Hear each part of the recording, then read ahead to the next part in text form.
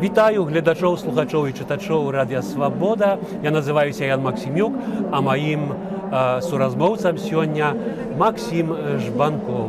Крытык, блогер, тэле- і радыёвядоўца, аўтар, пісьменнік, etc. Словам, чалавек шматлікіх талентаў. Прывітанне, Максім. Прывітанне. З Максімам мы сустрэліся на міжнародным кніжным кірмашы у Празе, выпадкова, не выпадкова. І таму я пытанне пачну менавіта ад свае пытанні да Максіма ад кірмашу. Гэта і наогул кніжных кірмашоў. Навошта яны так насамрэч патрэбныя ў добе інтэрнэту, скажам, у эпоху інтэрнэту, калі фактычна вы кожную кніжку, інфармацыю пра кожную кніжку можаце знайсці ў інтэрнэце, праз інтэрнэт купіць гэтую кніжку. Яна вам прыйдзе да хаты, калі купляеце папяровую альбо імгненна з дастаўкай на вашу персанальную чыталку. Як вы лічыце, патрэбныя сёння яшчэ гэтыя кніжныя кірмашы? Пойнт першы. Я не люблю кірмашы ў прынцыпе. Пойнт другі. Для мяне заўсёды цікава не тое, што адбываецца як бы на відоку, то як кажуць паляцы, так? А хутчэй мне заўсёды цікавы бэкстейдж. І больш за то, я лічу, што сэнс і фэстаў шматлікіх, і кірмашоў, і гэтак далей не ў тым, што на палічках, а ў тым, што адбываецца падчас непасрэдных камунікацый. І вось калі я кажу бэкстейдж, я кажу менавіта пра гэтыя непасрэдныя кантакты, часам выпадковыя, часам парадаксальныя, часам непадказальныя, часам канфліктныя. Простое рэальнае жыццё літаратуры, которое ажыццяўляецца не на кніжных палічках, а падчас непасрэднага чалавечага камунікавання. І вось гэта для мяне тое галоўнае, што тут ёсць. Мне не надо цікава праграма, мне цікавыя людзі. Так, я думаю, я ось шукаў, што кажа галоўны арганізатар пра свой кірмаш і галоўны як бы дырэктар гэтага кірмашу Радаван Ауэр сказаў, калі яго запыталі, навошта сёння у эпоху інтэрнэту кірмаш, ён кажа, вы ўсё фактычна сёння можаце зрабіць пра інтэрнэт, але не можаце паціснуць рукі праз інтэрнэт. Менавіта, бо ёсць яшчэ і праз гэты ковід, і праз гэтыя нашы палітычныя ўсе абставіны, ёсць страшэнны недахоп чалавечага камунікавання. Вось гэтай энергетыкі непасрэднага размовы, так, вочы-вочы, каб адчуць імпрэсіі, каб зразумець чалавека па-за межамі ягоных тэкстаў. Бо сапраўды паперка ёсць паперка, а вось гэта зусім іншая партытура і зусім іншая музыка. Так, мы толькі што прыйшлі з чытанняў, на якіх вы выступалі са сваім тэкстам, і вы там сказалі, што для вас персанальная трагедія, што кніжка выйшла ў Беларусі, скажам, і вы яе, скажем, і самі не пабачыце і не ведаеце, як яе распаўсюджваць сярод чытачоў. Давайте крышку паговорым пра электронныя выданні, скажем, яны як бы з'яўляюцца вырашэннем праблемы, праўда, распаўсюду кніг. Гэта добра для беларускай літаратуры ў сённяшняй сітуацыі, што ёсць такая форма распаўсюду кніг?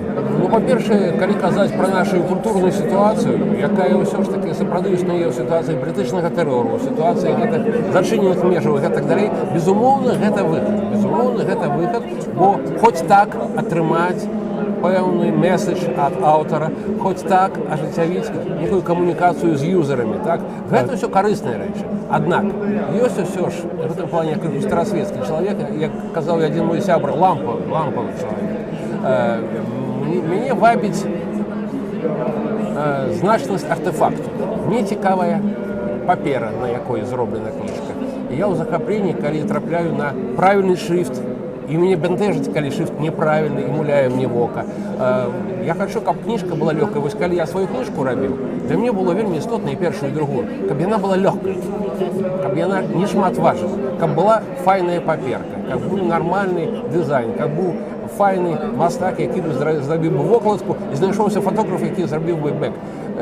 То бок для мяне гэта чымсьці падобна на тое, як раней рабілі вінілавыя альбомы, так, рок-музыкі, дзе ўсё было істотна.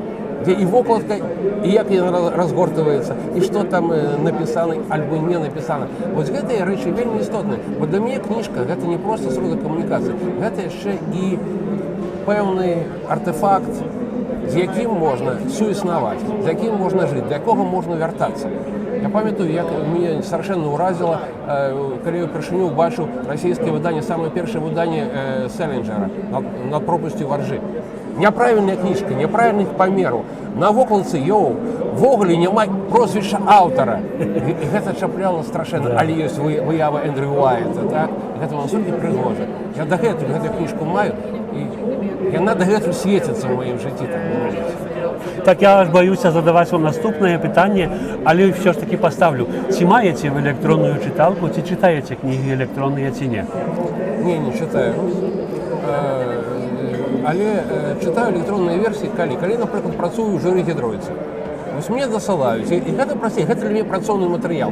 Гэта не аб'ект любві, так бы мовіць. Так. А калі я штосьці люблю, а тое, што я не люблю, няма сэнсу набываць, я хачу быць гаспадаром гэтай імпрэсіі. Я хачу, каб яна мной кіравала. Я хачу, што быць з ёй побач. Вось. І таму для мяне гэта не істотна. Гэта вымушаная такая метода, бо я чытаю электронку, калі ў мяне няма хардкопі. Калі ёсць хардкопі, натуральна, гэта лепшы варыянт. Ясно. Вы вось сказалі, што вы чытаеце таму, што вы ў журы, сёлетнім журы прэміі Гідройца, так, натуральна, ты спіс вы прачытаеце. А я хацеў вам паставіць агульнае пытанне. Ці наогул ёсць нешта цікавае, ці падабаецца вам сучасная беларуская літаратура? Штосьці вы прачыталі апошнім часам, што вам запала глыбей у памяць і хацелася б, скажем, пагаварыць з кім? Вельмі проста адказаць, я зараз гляджу на кніжку Макса Шура, кінараман. Гэта адзін з маіх бясспрэчных фаварытаў апошняга часу. Мне вельмі падабаюцца вершы Сергея Прилуцкага і тое, як ён развіваецца як аўтар. Мяне вельмі цікавіць тое, што робіць Сергей Календа са сваімі апошнімі тэкстамі. Мяне інтрыгуе творчая эвалюцыя Альгерда Бахарэвіча, бо я лічу, пасля такой вышыні, як сабакі Еўропы, все тое, што ён робіць, гэта ў пэўным сэнсе жыццё пасля жыцця. Ён як бы дапрамаўляе, як мне падаецца, тое, што ён ужо адбіў сваім гэтым кананічным базавым опус-магнум. Вось. І гэта таксама вельмі цікавая гісторыя. Ёсць цудоўная Марыка Мартысевіч, напрыклад. Сабіна Брыло, зрэшты, якая таксама тут. Ёсць шмат хто мне цікавы, але іншая справа, што гэта ўсё ж такі, як сказаць, гісторыя асобаў, гісторыя індывіду. Я за гэтым пакуль не бачу, а можа і не трэба бачыць, некай плыні, некага развіцця, як раней казалі. Вось там генерацыя бум-бум-лі, тут ці штосьці яшчэ. Я вось такога новага, як бы, эвалюцыйнага кроку я пакуль не праглядаю. Інша справа, што можа ён і не патрэбны. Можа зараз мы існуем у мозаічнай сітуацыі культурніцкай, дзе няма суполак, а ёсць асобныя партызанскія рухі. Зрэшты, чыста беларускі варыянт. Так вы адказалі на пытанне, якое я наступнае вам хацеў часткова паставіць, а пытанне менавіта датычыла агульна, скажем, плыні. Вось як вы лічыце, ці сучасная беларуская літаратура, яна як бы адпавядае выклікам часу? То бок, ці прапануе яна нешта, так наогул, калі глянем, так з вышыні пташынага палёту, ці прапануе яна нешта настолькі цікавае, заваблівае, што хочацца яе чытаць, а не, скажам, пасты ў саседках ад фрэндоў сваіх і знаёмых? Ведаеце, яшчэ год таму я бы адказаў на гэта пытанне прасцей. Яно гучало больш аптымістычнае, гэта і маё выказванне. Але сёння, глядзіце, мы існуем в сітуацыі жорсткага палітычнага крызісу. Мы існуем в сітуацыі калапсу сацыяльных стасункаў. Мы існуем в сітуацыі абрыву культурніцкай камунікацыі і непасрэднага культурніцкага тэрору, у сферу якога трапляюць творчыя суполкі, недзяржаўныя структуры, асобныя аўтары і гэтак далей. І мне цяжка казаць пра ступень адэкватнасці таго, што пішацца, таму, што адбываецца, бо, як на мяне, гэта рэчы прынцыпова несумяшчальна. У нас дагэтуль няма, дарэчы, вось пра гэта казалі падчас абмеркавання учора, у нас дагэтуль няма актуальнага слоўніка для гэтай нашай катастрафічнай гісторыі, для гэтага нашага сацыяльнага ступару і штопару. Няма слоўніка. У нас няма адэкватнага слоўніку супраціву дагэтуль, бо тое, што мы можам пачуць альбо прачытаць, гэта, прабачце мне, збольшага нейкія агітацыйныя нейкія слоганы, нейкія даволі банальныя, нейкія заклікі і гэтак далей. Мы пераможам, мы пераможам. Дзякуй Богу, рэвалюцыя адбылася. Ці наадварот, ўсё кашмарна і няма будучыні. Так? Вось па-за гэтымі простымі маркерамі, на мой погляд, вельмі вульгарнымі, варта, як мне падаецца, паспрабаваць убачыць іншую глыбіню. А яна ёсць. Наша сітуацыя, яна як бы не спрашчаецца, шмат хто кажа, што спрашчаецца, што яна вельмі ясная, два полюсы, праўда, неправда, black and white і гэтак далей, як на мяне, яна робіцца больш складана. Бо у гэтай прасторы, па-за межамі простага палітычнага супрацьстаяння, ну, умоўна кажу, простага, існуе вельмі моцная плыня разнастайных экзістэнцыяльных стратэгій. То бок беларускасць, яна робіцца шматслойнай, яна робіцца супярэчлівай, яна робіцца канфліктнай. Бо смешна казаць, што Лукашенка гэта не беларускасць, гэта таксама вымярэнне беларускасці. Але ж і АМАП таксама гэта нашыя людзі, так? І побач з амапаўцам, напрыклад, той самы Віталій Рыжкоў ці Сергей Прылуцкі, так? І гэта таксама. А ёсць яшчэ тыя, хто яшчэ не ведае, хто яны, але гэта таксама беларусы у сваёй гэтай безнадзейнай неакрэсленасці. І гэта ўсё розныя вымярэнні беларускасці. І гэта ўсё паліфанія ідэнтычнасці нацыі. І вось дзеля гэтага, для кожнага з гэтых як бы тэрыторый, з гэтых сегментаў у ідэале мусіць існаваць адмысловая літаратурная прастора. Свае аўтары і гэтак далей, і гэтак далей. Пакуль гэтага няма збольшага. Ёсць цудоўныя аўтары, ёсць выбітныя тэксты. Пакуль яшчэ няма агульнага патрана, скажем так, вот гэтай мазаічнай беларускасці. Так шмат хто цягам апошняга году, а шмат хто і раней з'ехалі за мяжу. Як вы лічыце, гэта добрая сітуацыя, карысная для беларускай літаратуры з увагі на тое, што ну, як бы творчая свабода там большая, ці можа якраз небяспечная, бо адарванасць ад роднай глебы і, скажам, з-за мяжы цяжэй, як вы кажаце, глянуць глыбей у глыбіню беларускай сітуацыі. Я чуў ужо там падобныя пытанні, і ў мяне ёсць даволі пазітыўны адказ. Бо ведаеце, эміграцыя, ну, напэўна ж ведаеце, эміграцыя, скажам, 100 гадоў таму і сённяшняя беларуская эміграцыя, новай плыні, гэта зусім іншыя рэчы.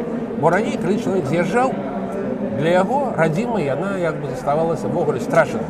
Бо не было камунікацыі, не было сродкаў, як бы, так сказать, непасрэдных кантактаў, не было магчымасці пазначыць сваю прысутнасць на радзіму, бо вяртанне было толькі адзіным чынам магчымае, калі ты фізычна вяртаўся, а мог вярнуцца альбо ў труне, альбо ў нейкім падпольным фармаце ці гэтак далей. Палітычная эміграцыя заўсёды была як бы стратай радзімы в геапалітычным і метафізічным плане.